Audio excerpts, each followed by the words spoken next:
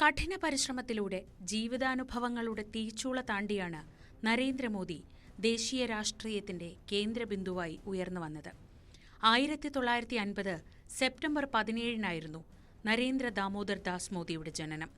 ദാമോദർ ദാസ് മൂൽചന്ദ് മോദിയുടെയും ഹീരാബെൻ മോദിയുടെയും 6 മക്കളിൽ മൂന്നാമൻ. 1987 ഗുജറാത്ത് BJPയുടെ ജനറൽ സെക്രട്ടറിയായി ചുമതല ഏറ്റെടുത്ത നരേന്ദ്രമോദി 90 ഗുജറാത്ത് നിയമസഭാ തെരഞ്ഞെടുപ്പിൽ തന്നെ തന്റെ സാന്നിധ്യം അറിയിച്ചു.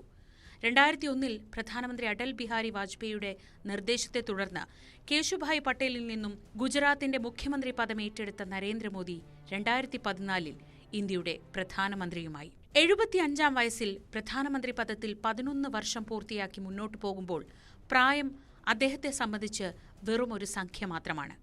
ജീവിതത്തിലുടനീളം സ്വയം പാലിക്കുന്ന അച്ചടക്കവും കൃത്യനിർവഹണ ബോധവും ദൃഢനിശ്ചയവും അണുവിട മാറാത്ത ലളിത ജീവിത ഭക്ഷണ ശൈലികളുമൊക്കെ എതിരാളികൾ പോലും അംഗീകരിക്കും.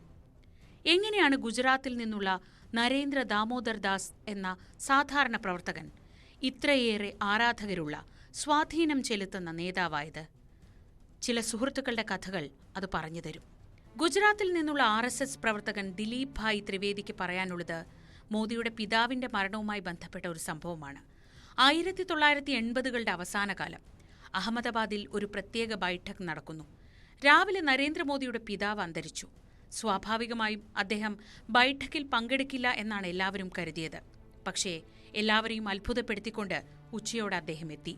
രാവിലെ അത്യാവശ്യമായ കർമ്മങ്ങൾ പൂർത്തിയാക്കിയെന്നും ബാക്കിയുള്ള കാര്യങ്ങൾ ചെയ്യാൻ സഹോദരങ്ങളെ ഏൽപ്പിച്ച് ബൈഠക്കിൽ പങ്കെടുക്കേണ്ടത് തന്റെ ഉത്തരവാദിത്വമാണെന്ന് കരുതി അദ്ദേഹം അവിടെ എത്തി. ത്രിവേദി പറയുന്നു, एक विशेष अहमदाबाद में बैठक थी. आज तो साल या तिथि तो याद नहीं है, लेकिन इतना निश्चित पता है कि जिस दिन बैठक थी मैं भी अहमदाबाद गया था और माननीय नरेंद्र भाई के पिताजी का उसी दिन देहांत हो गया था. तो हम जब वहाँ पहुँचे तो स्वाभाविक रूप से पूछा कि नरेंद्र भाई आए नहीं अभी तक. तो हमको बताया गया कि आज उनके पिता का देहांत हो गया है, तो वो वडनगर गए हैं. तो हमने सोचा कि आज तो नहीं आ पाएंगे, लेकिन दोपहर के समय नरेंद्र भाई तो आ गए. तो हमको भी आश्चर्य लगा कि पिताजी का देहांत हुआ है और वो आ गए हैं. बाद में जब बैठक की कार्यवाही पूरी हुई वैसे ही हम लोग मिले तो नरेंद्र भाई को स्वाभाविक पूछा कि भाई क्या हुआ था, पिताजी को कैसे वगैरह बातचीत हुई. तो हमने बोला कि आप आज ही पिताजी का देहांत हुआ है और आप यहाँ आ गए. तो बोले हाँ, अंत्येष्टि का कार्यक्रम पूरा हो गया तो मैं निकल गया. बाकी की जो कोई विधि विधान रहते हैं वो तो सब अन्य भाई संभालेंगे. ये अगत्य की बैठक थी इसलिए मैं तो आ गया हूँ, क्योंकि हमको तो आगे काम करना है. तो ये इससे एक बहुत बड़ी एक प्रेरणा भी उस टाइम से हमको मिली कि घर के ऐसे वडील और अपने पिताजी जैसे भी की देहांत के समय भी कार्य के लिए कटिबद्धता और उनका जो कमिटमेंट कार्य के प्रति रहा उसको लेके ही वो वहाँ आ सके. तो ये एक बहुत सभी कार्यकर्ताओं के लिए एक प्रेरणादायी उदाहरण है नरेंद्र भाई का. നരേന്ദ്രമോദിയെ പ്രചാരക കാലം മുതൽ അറിയാവുന്ന ഒരാളെന്ന നിലയിൽ മോദിയുടെ കഠിനാധ്വാനത്തെക്കുറിച്ചും ലളിത ജീവിതത്തെക്കുറിച്ചുമാണ് പട്ടികജാതി ദേശീയ കമ്മീഷൻ അധ്യക്ഷനായ കിഷോർ മഖ്വാനിക്ക് പറയാനുള്ളത്. അദ്ദേഹത്തിന്റെ ജീവിതശൈലി എപ്പോഴും ഇങ്ങനെയാണ്: കഠിനാധ്വാനം, ആഡംബരമില്ലാത്ത ജീവിതം. ധോൽക്കയിൽ RSS ചുമതലയിലുള്ളപ്പോൾ അവിടുത്തെ ഓഫീസ് വളരെ ചെറുതായിരുന്നു. സ്ഥലപരിമിതി കാരണം ഓഫീസിന്റെ തകര മേൽക്കൂരയോട് ചേർന്ന് അദ്ദേഹം ഉറങ്ങാൻ തുടങ്ങി. ഉണരുമ്പോൾ ടിൻ ഷീറ്റുകളുടെ പാറ്റേൺ അദ്ദേഹത്തിന്റെ മുതുകിൽ ഒരു ഡിസൈൻ തീർക്കുമായിരുന്നു. മഖ്വാന പറയുന്നു, प्रधानमंत्री आज भी वो प्रधानमंत्री है, पूरे राष्ट्र के सर्वोच्च स्थान पर है, मगर आज भी उनका जो जीवन है वो एकदम सादा, सरल और एक प्रकार से कहे कि एक सन्यासी जैसा आज भी उनका जीवन है। उस समय भी उनका जीवन वैसा ही था। तो कठोर साधना, सो जाना, वो भी ऐसा मतलब बहुत बड़ा तकिया है ऐसा नहीं, ऐसे नीचे ज़मीन पर भी सो जाना। वो एक घटना मुझे आज भी याद है। वो हम ऐसे ही एक बार खड़े थे, तब भी उनको याद किया था कि जब ये धौलका जब आते थे तो धौलका का जो आरएसएस का जो कार्यालय था ना, वो एकदम छोटा था। हमारा रसोई घर भी बड़ा होता है, इतना छोटा था। और जब रात को सो जाते थे तो उस समय स्वाभाविक है कि जो पैर हैं वो सामने की दीवार पे टकराते थे, तो सोने में मज़ा नहीं आता था। तो मोदी साहब उस समय ये जो कार्यालय था उसके जो ऊपर मतलब छत थी वो पतरे की थी, टीन की थी। तो ऊपर हम सोने के लिए गए। तो जब सुबह में उठे, जागे, बाद में बताया कि ये जो हमारी जो पीठ होती है वहाँ पर वो जो पतरा था ना, जो टीन था, उसकी डिज़ाइन हो गई थी। मतलब कि इस प्रकार കഠോർ ഉनका जीवन रहा है. ആന്ധ്രാപ്രദേശ് ബിജെപിയുടെ മുൻ അധ്യക്ഷൻ സോംവീർ രാജു പറയുന്നത് വിശ്രമമില്ലാത്ത അദ്ദേഹത്തിന്റെ പ്രവർത്തന ശൈലിയെപ്പറ്റിയാണ്. 2014 ലോക്സഭാ തെരഞ്ഞെടുപ്പിൽ നരേന്ദ്രമോദി പ്രചാരണ സമിതി ചെയർമാനായിരുന്നു. ഒരു ദിവസം അദ്ദേഹം ആന്ധ്രാപ്രദേശിന് സമയം നൽകി. അതേ ദിവസം അദ്ദേഹം ആന്ധ്രാപ്രദേശിൽ 5 പൊതുറാലികളെയാണ് അഭിസംബോധന ചെയ്തത്. അന്ന് തന്നെ തിരുപ്പതി ബാലാജി ക്ഷേത്രം സന്ദർശിച്ചു. കുറേയേറെ മീറ്റിംഗുകൾ നടത്തി. കടുത്ത പനിയായിരുന്നു. ഉച്ചഭക്ഷണം പോലും കഴിക്കാതെ പ്രവർത്തനം. അങ്ങനെ എത്രയെത്രയോ അനുഭവങ്ങൾ. In 2014 election, Modi ji is the campaign chairman.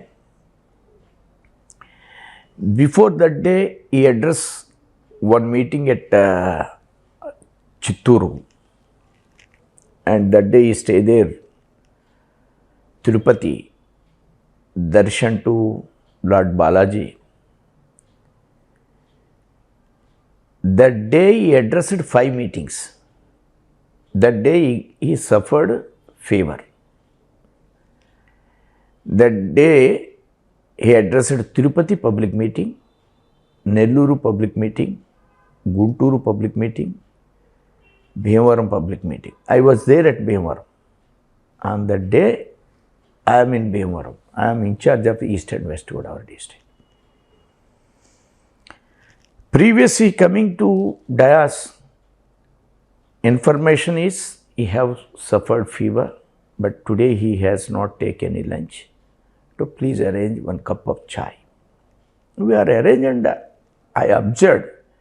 He came, he entered the Dayas. I observed he has fever, na? We have the information. I observed his personality. His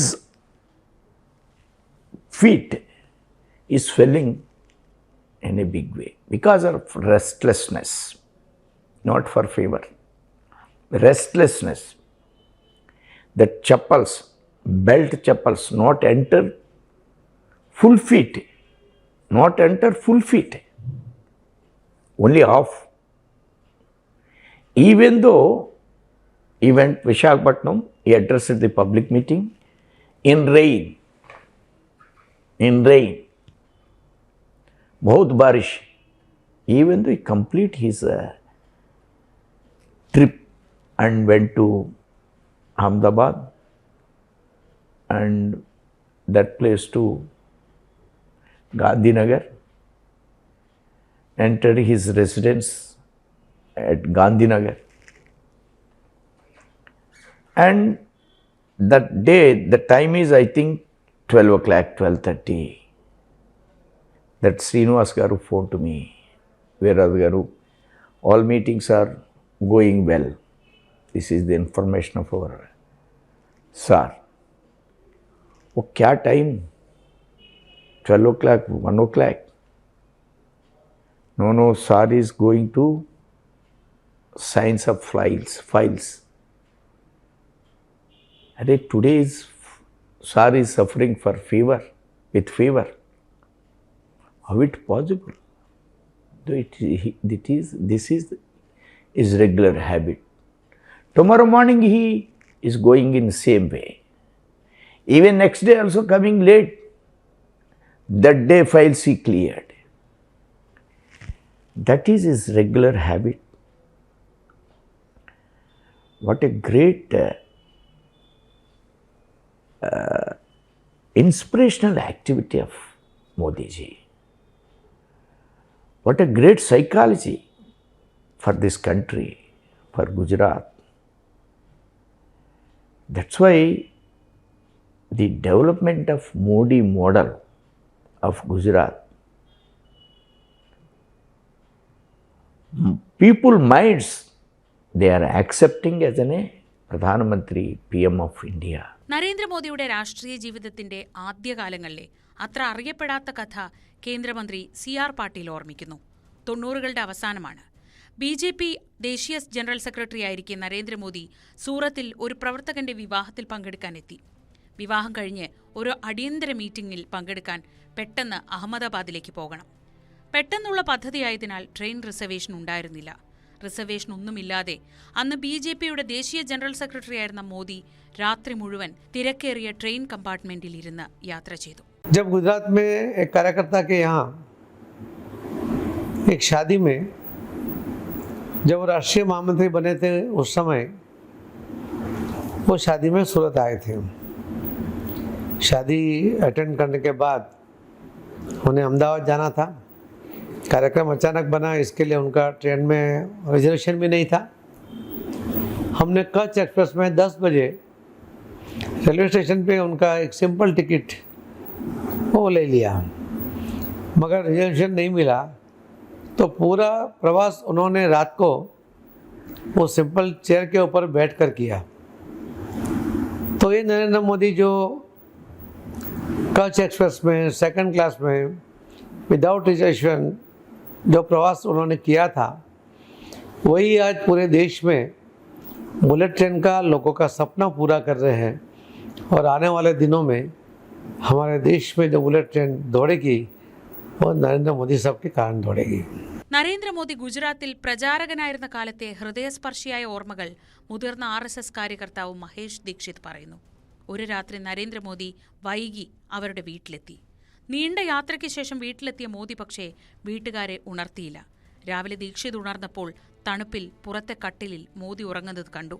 എന്താണ് വിളിക്കാഞ്ഞതെന്ന് ചോദിച്ചപ്പോൾ അർദ്ധരാത്രിയിലാണ് താൻ വന്നത്, തന്റെ സഹോദരിയെ, അതായത് ദീക്ഷിതിന്റെ ഭാര്യയെ ബുദ്ധിമുട്ടിക്കരുതെന്ന് നിർബന്ധമുണ്ടെന്നായിരുന്നു മറുപടി. नरेंद्र भाई मोदी प्रचारक के रूप में आने लगे तो मेरे ख्याल से 1970 या तो उसके अंतर्गत समय होगा, वहीं से मेरा कांटेक्ट नरेंद्र भाई से हुआ.